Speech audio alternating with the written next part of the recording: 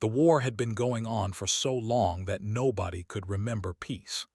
3,000 years of fighting, 3,000 years of death, 3,000 years of hatred between two civilizations that controlled most of the known galaxy.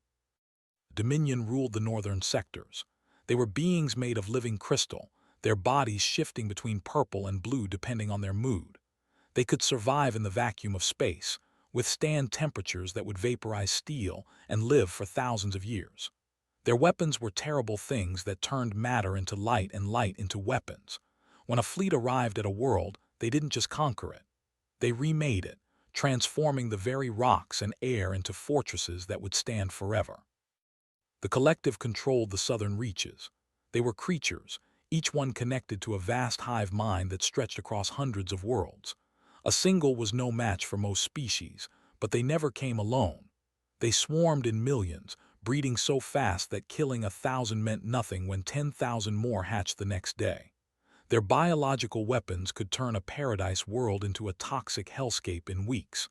They adapted to every environment, every weapon, every defense.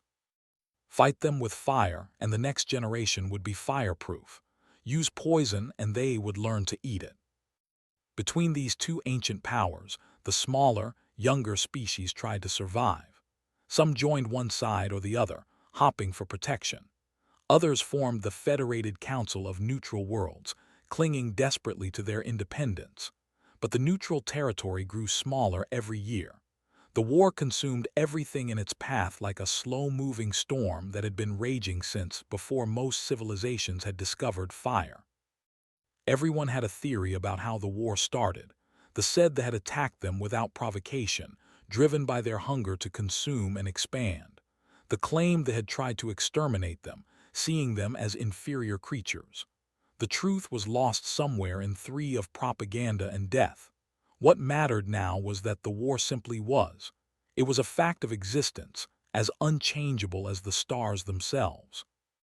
Battles raged constantly across 1,000 worlds. Fleets met in the dark between stars, tearing each other apart with weapons that could crack planets. Ground wars turned entire continents into graveyards. Billions died every standard year.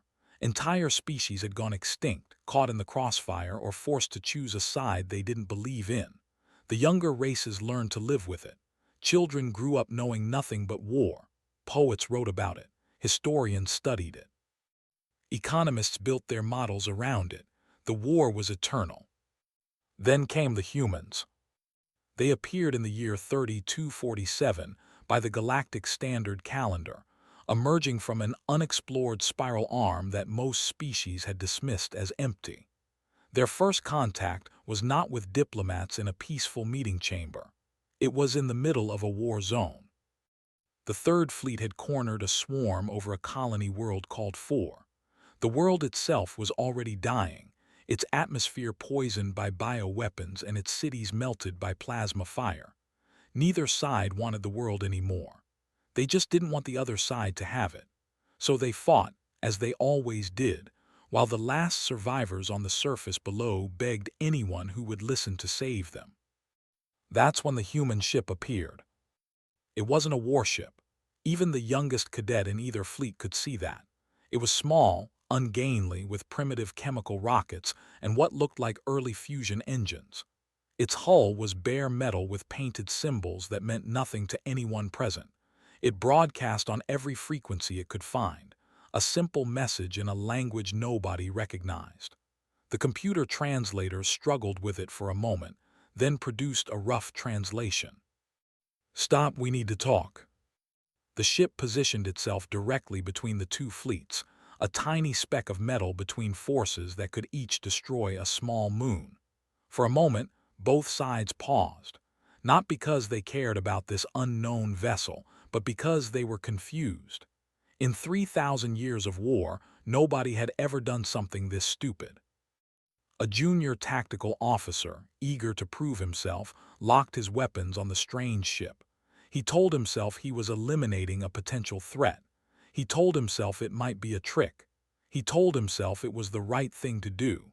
He fired a single plasma lance, the smallest weapon his ship possessed. The human vessel vanished in a flash of light. 247 crew members turned to vapor in an instant. They never knew what hit them. They never had time to be afraid.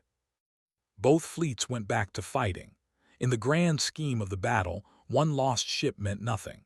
They killed each other for another 6 hours before the fleet, having lost too many ships to continue.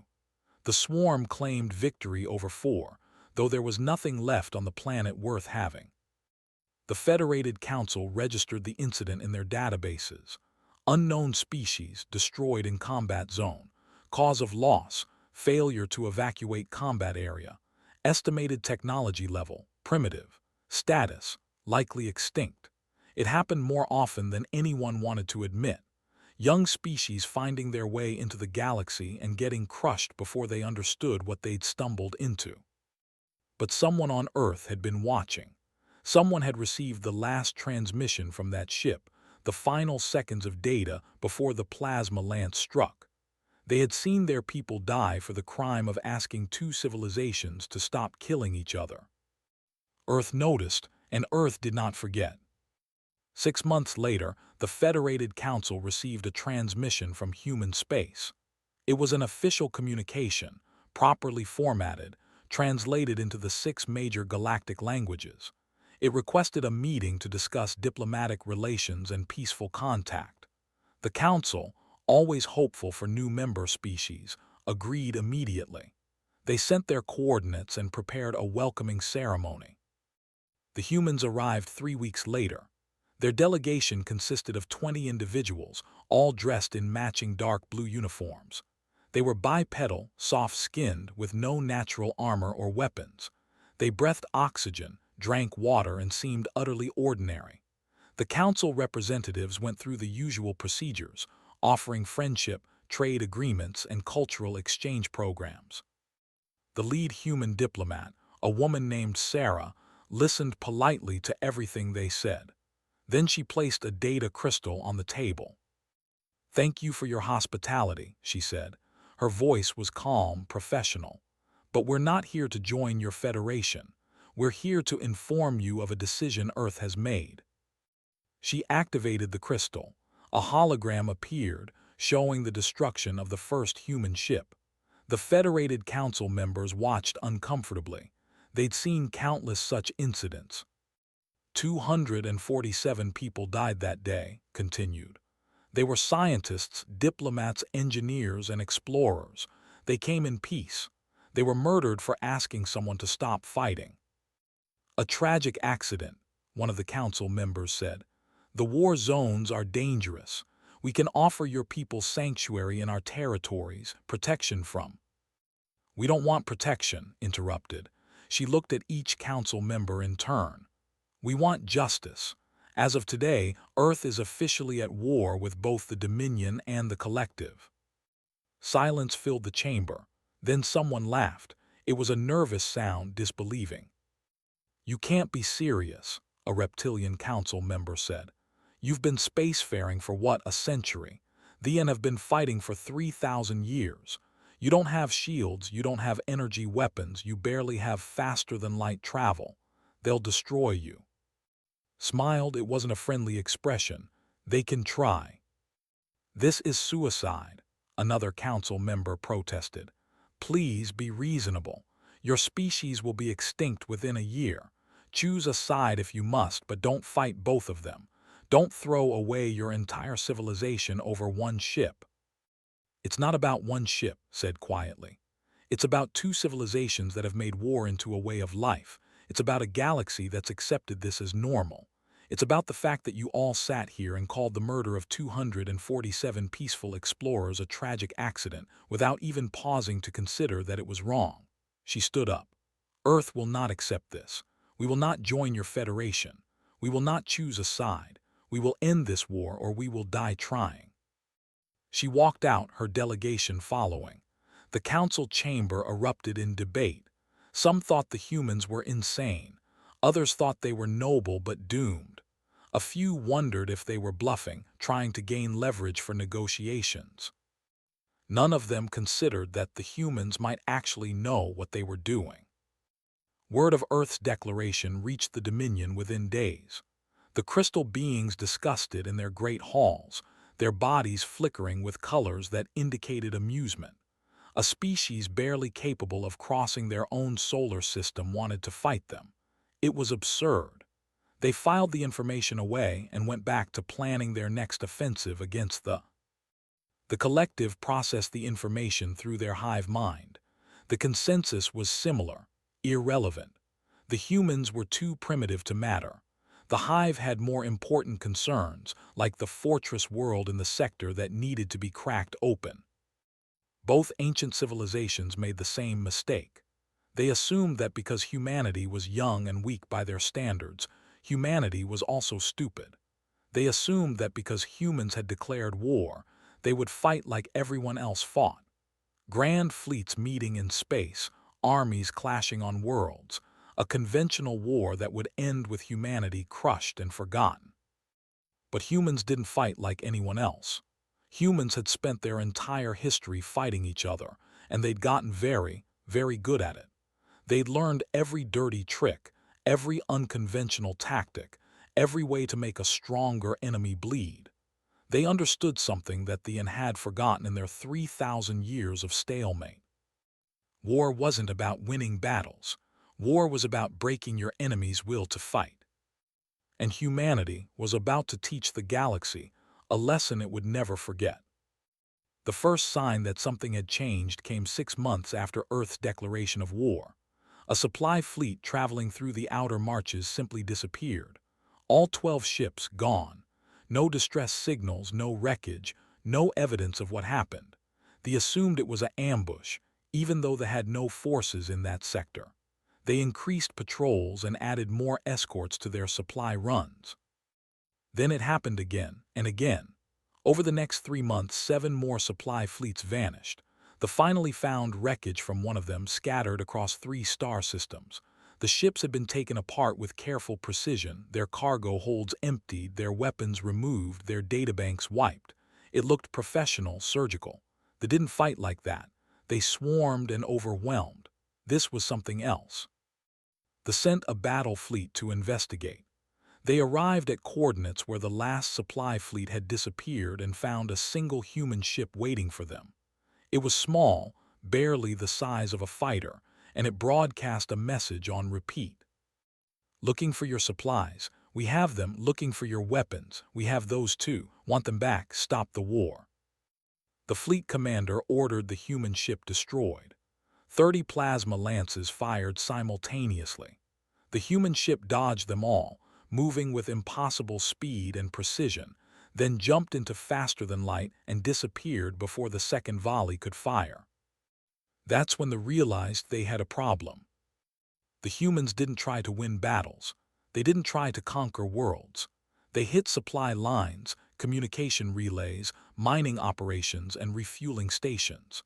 They were everywhere and nowhere, appearing without warning, striking hard and vanishing before reinforcements could arrive.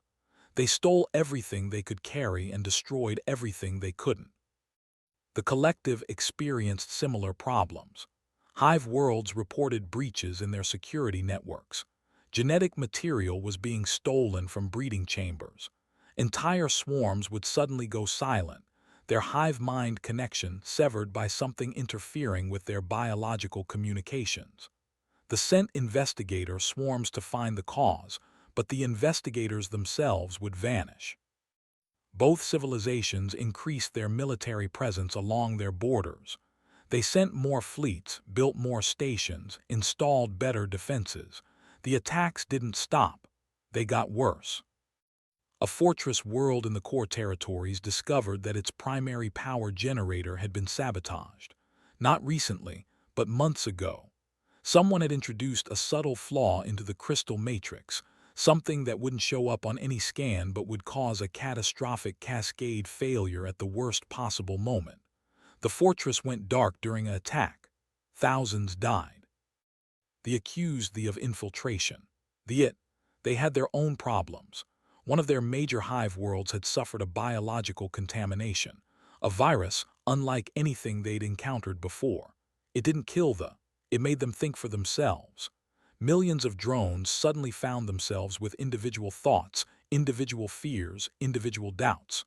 The hive mind shattered on that world, and the collective had to sterilize the entire planet to prevent the contamination from spreading.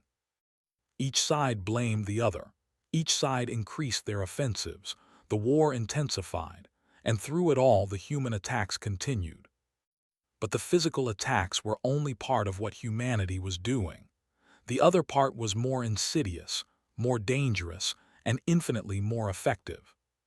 The humans started talking to the soldiers. It began with simple broadcasts transmitted on military frequencies. A human voice speaking calmly and clearly, asking questions. Warriors, what are you fighting for? Can any of you remember what started this war? How many of your friends have died? How many more will die tomorrow?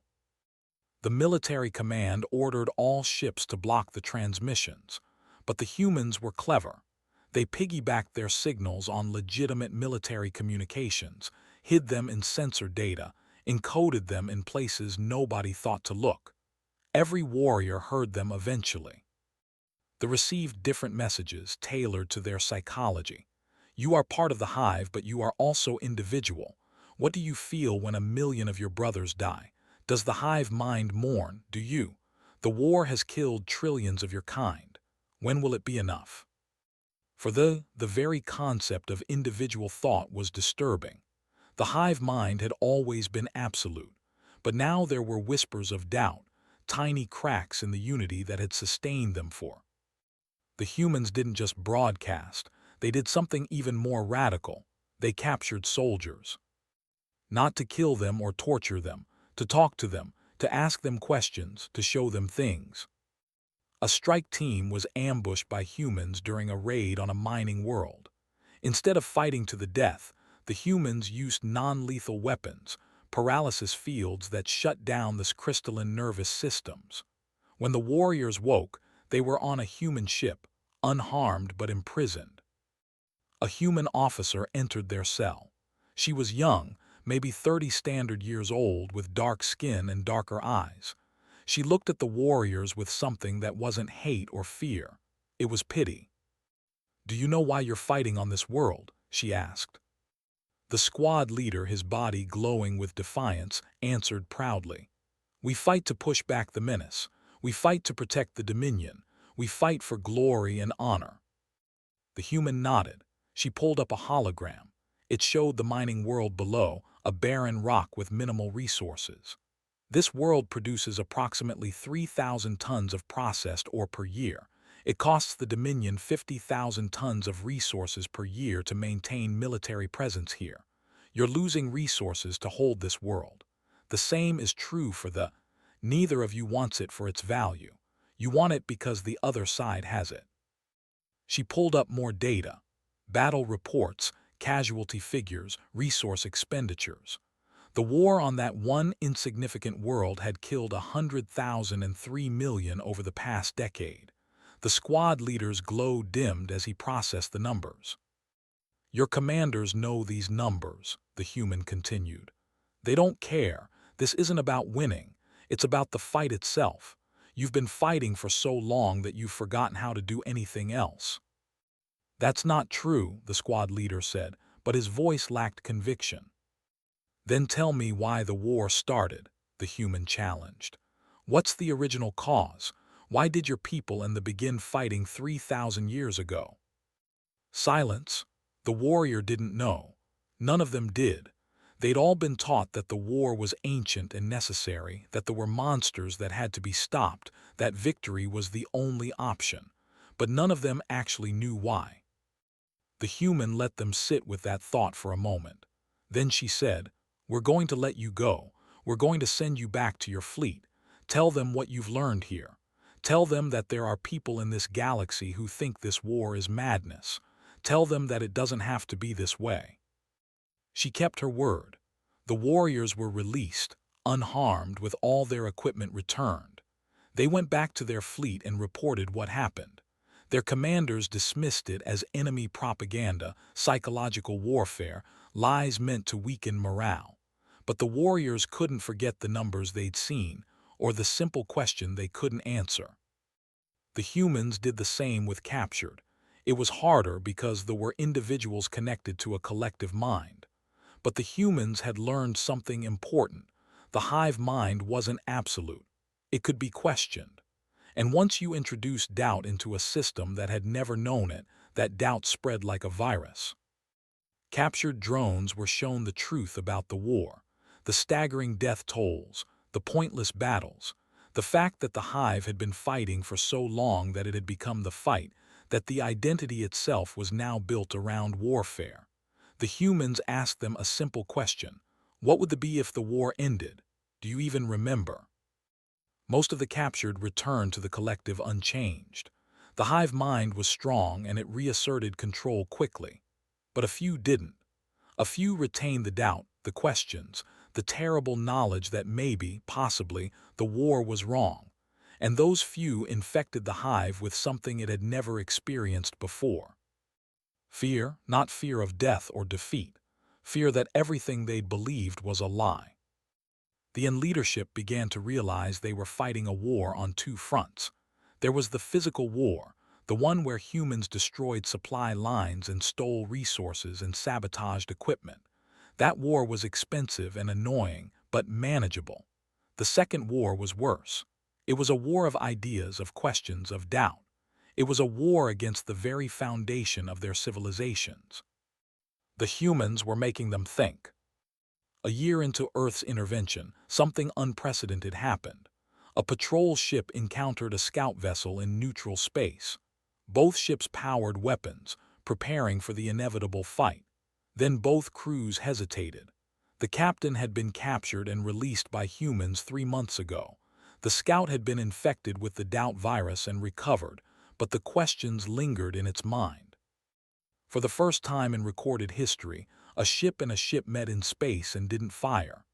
They stared at each other across the void, weapons hot, fingers on triggers.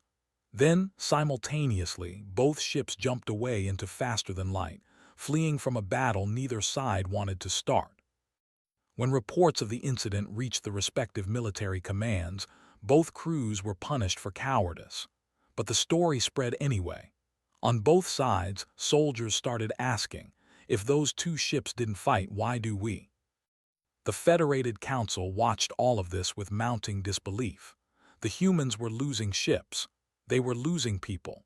Every engagement cost them resources they could barely afford. By any conventional measure, they were getting crushed. But the war itself was changing in ways nobody had anticipated. Production facilities were suffering constant sabotage. Hive worlds were dealing with biological contaminations that introduced dangerous individuality into the collective. Supply lines on both sides were unreliable. Intelligence was corrupted. Morale was crumbling. And worst of all, both ancient civilizations were now spending more resources fighting human insurgents than fighting each other. The math was simple and terrifying. The humans couldn't win. They didn't have the numbers, the technology, or the resources, but they didn't need to win. They just needed to make the war too expensive to continue, and they were succeeding. A secret meeting took place in a command center, deep in their core territories. The supreme commander of the Dominion fleet, a crystal being who had lived for 8,000 years and fought in the war for 6,000 of them, reviewed the latest reports. Supply losses, up 40%. Morale incidents, up 300%. Questioning of orders, unprecedented. He looked at his tactical staff and asked a question that would have been unthinkable a year ago. How do we end this? Not how do we defeat the humans, not how do we win, but how do we make this stop? The collective held no meetings because it was a single mind. But within that vast consciousness, a debate raged, trillions of voices arguing, questioning, doubting. The collective had never experienced internal conflict before. It had always been unified, absolute. Now it was fracturing, and the cracks were spreading. The hive mind asked itself a question it had never considered. What if we're wrong? And then, precisely 2 years after Earth declared war on both civilizations, something impossible happened. Both the Dominion and the collective sent diplomatic messages to Earth, not to each other, to humanity. The messages were remarkably similar in content, though they arrived independently. We wish to discuss terms of ceasefire. The summit took place on a neutral station in Federated Council space. The Council provided the location, but they weren't participants. This meeting was between three powers: the Dominion, the Collective, and Earth. It was the first time in 3,000 years that official representatives of the and had been in the same room. Neither side was happy about it. The delegation consisted of 5 crystal beings, their bodies carefully controlled to show no emotion. The Scent, a diplomatic submind, 100 drones moving in perfect unison, speaking with one voice. The human delegation was led by Sarah, the same diplomat who had declared war 2 years ago. She looked older now, more tired. Her uniform had military decorations that hadn't been there before. Behind her stood a mix of military officers, intelligence operatives, and specialists in.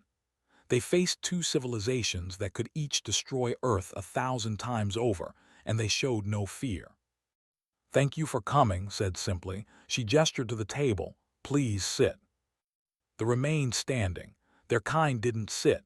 The drones arranged themselves in a semicircle. Only the humans took seats. "You wanted a ceasefire," continued. "We're willing to discuss one. But first, we need to establish what we're actually discussing. Are we talking about a temporary truce while you regroup, or are we talking about ending the war?" The Supreme Commander's body flickered with colors that indicated irritation. "You presume much, human. Your species has been a nuisance, yes. You've cost us resources and caused some disruption, but you haven't defeated us. You haven't even come close. We agreed to this meeting because continuing to deal with your guerrilla tactics is inefficient, not because we fear you." "We don't fear you either," the submind added. Its voice was strange, 100 throats speaking in perfect unison. "The Collective has endured for 10,000 years. We will endure long after your species is extinct. We came here to remove an irritant so we can return our focus to the true war." Smiled. It wasn't a nice smile. She pulled out a data pad and placed it on the table. "Let's talk about numbers." She activated the display. Holographic figures filled the air between them. "In the past 2 years, the Dominion has lost 40% of its supply chain efficiency. Your military effectiveness has declined by 30%. Morale incidents have increased by 300%. 27% of your soldiers now question their orders at least once per engagement. Your production facilities are compromised with flaws that won't manifest for years, but will cripple you when they do. You're spending more resources fighting us than you're spending fighting the." She turned to the drones. "The Collective has lost 63 hive worlds to biological contamination. The Doubt virus we introduced has infected approximately 11% of your total population. Your hive mind cohesion has decreased by 18%. You're experiencing something you've never known before: internal disagreement. The Collective is fragmenting, and every day it gets worse. You're spending more resources fighting us than fighting the." She let that sink in for a moment. The room was silent except for the soft hum of the station's life support systems. "Now let's talk about what comes next," continued. "If this meeting fails, we go back to war. You try to hunt down our cells, root out our agents, repair your supply lines. Maybe you succeed. Maybe you crush us in 5 years or 10 or 20. But here's the problem: we've already done the damage. The sabotage we've introduced into your systems won't stop just because you kill us. The doubts we've planted in your soldiers won't disappear. The inefficiencies we've created will take decades to fix, if they can be fixed at all." She pulled up more data. Projections, analysis, cold mathematical predictions. "If you continue to fight us while fighting each other, both of your civilizations will collapse within 30 years. Not because of us directly, but because the foundation of your entire societies is warfare, and we've made that warfare unsustainable. You've built everything around eternal conflict, and we've broken the machine." The commander's body flared with anger. "This is blackmail." "No," said quietly. "This is reality. You can accept it or you can die refusing to believe it. But the math doesn't care what you believe. The submind spoke. Even if what you say is true, what do you propose? We cannot simply stop fighting the R. Monsters, interrupted. Enemies, evil, she shook her head. That's what you've been taught. That's what 3,000 years of propaganda has built into your very identity. But let me ask you a simple question. She looked at both delegations. What started the war? Silence. Nobody knows, do they? Said. Oh, I'm sure you both have official histories. The say the attacked first, driven by mindless hunger. The say the tried to exterminate them, driven by arrogance. But nobody actually knows the truth. The original reason is lost, buried under 3 of death and hate. She pulled up another display. This one showed an ancient star system, long since destroyed in the fighting. We found it, she said. We dug through both of your historical archives, cross-referenced everything, tracked down evidence from neutral observers, and we found out what actually started your war. The room leaned forward, despite themselves. Even species who had fought for 3,000 years wanted to know why. There was a mining colony, said. On a border world called 3,000 years ago, both the Dominion and the Collective claimed the system. It had valuable resources and neither side wanted to share. There were disputes, negotiations, threats, and then a mining ship was destroyed. 23 died. The Dominion blamed the claimed they had nothing to do with it. Neither side had proof, but neither side backed down. Pride demanded action. Honor demanded revenge. The images showed the escalation. Small skirmishes, a few ships, then fleets, then armies. The conflict spreading like a wildfire through the galaxy. We analyzed the wreckage of that original mining ship, continued. It wasn't destroyed by it was a mechanical failure, a flaw in the ship's reactor that caused a catastrophic explosion. It was an accident, nobody's fault. But by the time anyone realized that, the war had already begun. And once it started, neither side could stop. There was too much hate, too much death, too much pride invested in victory. The war became self-sustaining. It wasn't about any more. It was about revenge for the dead, honor for the fallen, victory for those who had sacrificed everything. She closed the display. 3,000 years, trillions dead, hundreds of civilizations destroyed or enslaved, all because of an accident and the pride that refused to admit it might have been wrong. The commander's body had gone completely still, all color drained from his crystalline form. The drone stood frozen, the hive mind processing this information across billions of light years. You're lying, the commander finally said. His voice was hollow. We have the evidence, replied. All of it, cross-referenced, analyzed by independent experts. We can share it with you if you want, or you can keep believing the myth you've built your entire civilization around. Your choice. The submind spoke, and for the first time there was uncertainty in its unified voice. If this is true, if the war began because of an accident, then everything we have done was for nothing, finished. Yes, 3,000 years of death for nothing. That's the truth you've been running from. That's the truth we've forced you to face. She stood up and walked to the center of the room, placing herself between the two ancient enemies. But here's the thing about the truth. It can destroy you or it can free you. Yes, the war was started by mistake. Yes, all that death was meaningless. Yes, both of your civilizations have built themselves around a lie, but that doesn't have to define you going forward. You can end this. You can choose peace. Not because you lost, not because you were defeated, but because you're finally strong enough to admit that continuing is wrong. The Dominion does not surrender, the commander said, but there was no conviction in his words anymore. The Collective does not yield, the submind added, but its drones had begun to show individual movements, tiny breaks in their perfect synchronization. I'm not asking you to surrender, said. I'm not asking you to yield, I'm asking you to stop. There's a difference. Stopping isn't weakness, it's sanity, it's survival. It's choosing a future over a past that was built on lies.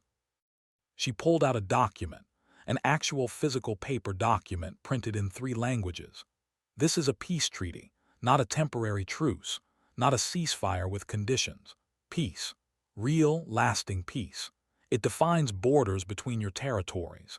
It establishes neutral zones supervised by human observers. It requires both sides to reduce military forces by 70% over the next decade. It mandates reparations to the neutral worlds you've destroyed. It creates a joint commission to investigate war crimes committed by both sides. She placed the document on the table. It's not perfect, it won't make anyone happy, but it ends the war. Sign it, and tomorrow we start building something new. Refuse it, and we go back to the slow mutual destruction we've all been engaged in for the past 2 years. The commander looked at the document, then at the drones, then at, and if we refuse. His expression didn't change. Then we continue. We continue sabotaging your supply lines. We continue introducing doubt into your populations. We continue making this war impossible to sustain. We're patient. We're persistent. We're not going anywhere. This war will end one way or another. Either you end it peacefully today or we help it collapse around you over the next few decades. Your choice. The submind spoke, and now its voice was fragmented, different drones speaking at slightly different times. The collective must consider. No, interrupted. No more consideration, no more debate, no more delays. Both of you have spent 3,000 years considering, debating, and delaying while trillions died. This ends today. Sign the treaty or don't, but decide now. She sat back down and waited. The room was absolutely silent. The delegation held a whispered conference, their bodies flashing with rapid color changes that indicated intense emotion. The drone stood absolutely still as the vast hive mind argued with itself across hundreds of worlds. Minutes passed, then an hour. The human delegation didn't move, didn't speak. They simply waited, patient and implacable. Finally, the Supreme Commander approached the table. His body had settled into a steady blue that indicated resignation and perhaps a hint of relief. If they agree to the terms, the Dominion will as well. All eyes turned to the drones. For a long moment, they remained frozen. Then slowly, they moved forward. The submind spoke, and its voice was no longer perfectly unified. Individual tones had crept in, slight variations that suggested the hive mind had finally accepted what humans had known all along. Sometimes, the bravest thing you could do was admit you were wrong. The collective agrees to peace, the submind said. Sarah allowed herself a small smile. She pushed the treaty forward. Then let's end this war. The signing took 3 hours. Every clause had to be read, translated. Both sides tried to renegotiate points to preserve some advantage to protect their pride. The humans shut down every attempt. This wasn't a negotiation anymore. This was an ending. When it was done, when the signatures and seals were finally in place, the commander looked at with something like respect in his crystalline eyes. "How did you know?" he asked. "How did a species that's barely left its home system know how to fight us?" Leaned back in her chair. She looked tired, like she'd aged 10 years in the past too. "Because we've been fighting ourselves for our entire history. We've made every mistake you made. We've started wars over accidents, over pride, over resources that weren't worth the cost. We've killed each other in numbers that would horrify you. The only difference is that we